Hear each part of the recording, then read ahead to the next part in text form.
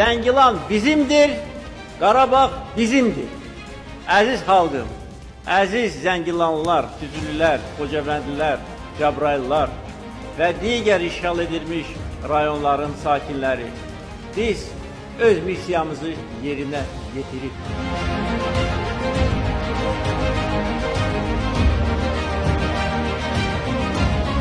Doğrudan da Azərbaycanın ən gözəl yerlərindən biridir və məqsədimiz də odur ki, Zəngilanı indi yenidən quraq.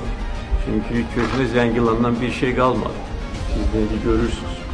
Mənfur düşmən demək olar ki, bütün binaları dağıtmışdı. Bir neçə bina qaldı.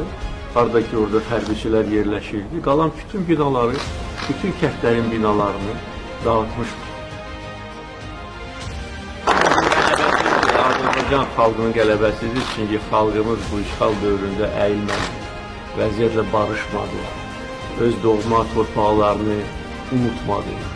Hətta bu torpaqları görməyən gənclər, onlar da bu torpaqların azad edilməsi eşqiyle yaşamışlar və ölümə gedən də məhz onlar birinci sırada gedən məhz uşaqlar idi ki, işğaldan sonra dünyaya gəldilər və bəlkə də işğal dövründə onların 5-10 yaşı var idi.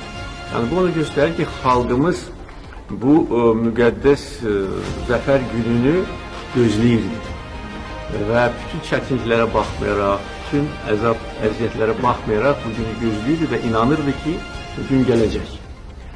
Və biz də sadəcə olaraq bütün xalqımızı səfərbər etmək üçün və gəncləri vətənpərvərlik ruhunda tərbiyə etmək üçün səylər göstərdik.